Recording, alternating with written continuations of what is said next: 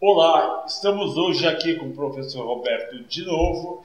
E hoje, Roberto, eu gostaria que você explicasse para a gente, para os clientes da WhatSchool, por que está havendo essa política na Europa, Estados Unidos, Japão, de juro zero e até juro negativo. Quais são os riscos disso daí, os efeitos no mercado e se existe uma chance lá na frente de criar uma bolha.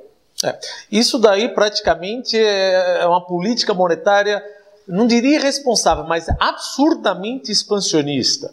Ou seja, dado que o cenário da economia global está pior ainda com a saída do Reino Unido da União Europeia, com a situação dos bancos italianos, o Mário Draghi e outros países também, Mário Draghi, presidente do European Central Bank, resolveram reduzir drasticamente a taxa de juros e alguns países, como por exemplo a Suécia, adotar taxa de juros negativa, não é nem real, negativa. Na negativa, quem aplica o dinheiro... Você vai ter menos dinheiro. E isso prejudica até a rentabilidade do banco, porque Sim. Você vai tomar dinheiro, você tem que pagar alguma coisa, mas o teu funding acaba. Por isso que a ação dos bancos da Europa estão caindo. Porque ninguém vai mais... Ninguém vai querer colocar o dinheiro. E o que é pior, isso já aconteceu no Japão, não era uma taxa de juros negativa, em 1989, aconteceu nos Estados Unidos, quando teve o estouro da bolha do dot-com no ano 2000, que o Fed lançou uma política monetária absurdamente expansionista. Aconteceu na Irlanda e na Espanha, quando a zona do euro colocou uma taxa de juros única,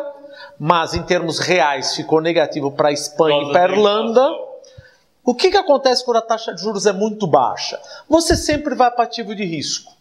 O que eu entendo como ativo de risco? Não necessariamente comprar coisas como... era o objetivo. Você também compra um pouco, mas aquilo que se por acaso você não quer ir para consumo, você quer proteger o poder aquisitivo da tua moeda, você acaba indo em ativos imobiliários. Exatamente o que aconteceu no Japão, exatamente o que aconteceu com a subprime em 2007, exatamente o que aconteceu com a Irlanda, exatamente o que aconteceu com a Espanha.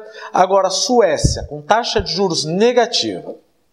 Suíça, com taxa de juros negativa. Austrália, com taxa de juros de só 0,5%. O que acontece? Uma bolha de ativo imobiliário. Você está com uma bruta bolha, por exemplo, no Canadá também é outro país que está com uma taxa de juros muito baixa. Os imóveis em Toronto subiu 32%, na Suécia 16% e na Austrália 11% em um ano. Porque o financiamento está... Além de ser barato, o cara quer se proteger. E o que é pior, o problema não é só a bolha. Isso sempre se repete, inclusive até no meu livro de Crises Econômicas Internacionais eu falo, sempre se repete, muito dinheiro gera bolha.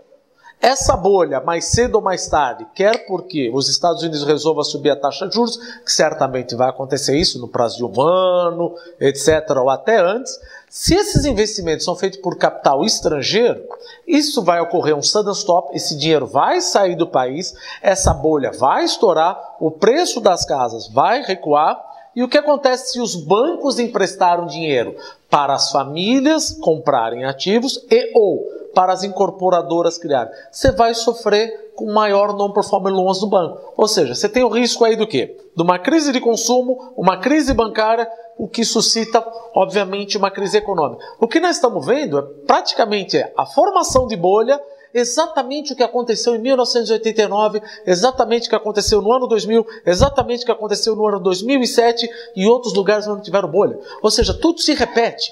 O que é mais engraçado, Flávio, só para deixar assim, é que justamente quando você quer sair de uma crise, você planta sementes da próxima crise. Sempre com política monetária expansionista. Também não acho que tem outro jeito. Sempre com política monetária expansionista. É a semente da próxima crise. Isso não dá a menor dúvida. A economia global agora está muito mais frágil do que estava. Tirando os Estados Unidos, mas essa política monetária expansionista, o dinheiro, o helicóptero de dinheiro, etc., está fazendo surgir bolhas e os bancos, e todo mundo quer aproveitar. Vamos pensar, por mais que você sabe que é bolha, você quer aproveitar porque a nossa rentabilidade é comparativa. Então, quem é o desavisado? O desavisado não é aquele que não entra na bolha. O desavisado é aquele que é o último a entrar. E por mais que você seja estudioso, PhD, etc., você acaba entrando numa bolha e a bolha acaba inflando. E aí o último que sai acaba desencadeando uma queda no consumo e um problema na crise bancária que leva tudo aquilo de novo. E o governo tem que step in. Ou seja, é impressionante. Se eu falar para você de que país eu estou falando, você não sabe se eu estou falando do Japão, você não sabe se eu estou falando da Irlanda. Ou seja, tem vários. Tem vários. As coisas se repetem. Os mesmos erros se repetem. E a gente sempre acha que, não, mas agora é diferente, é outro tipo de bolha, somos mais inteligentes. Não é. Sempre repete.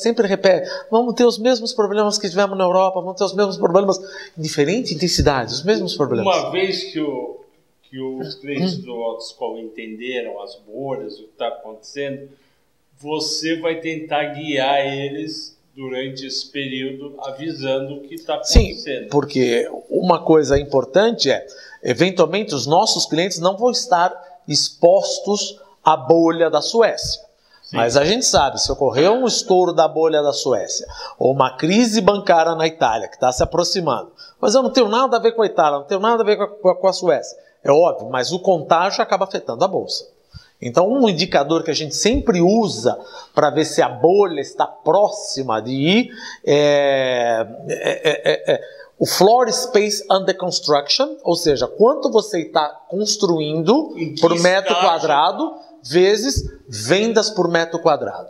Se você está construindo cada vez mais e as vendas estão crescendo cada vez menos, é o auge para a bolha parar de estourar. É importante você sempre acompanhar. É importante você sempre acompanhar isso. E vocês vão ter isso toda semana com o professor Roberto Dumas escrevendo no AutoScol. Obrigado, Roberto. Obrigado.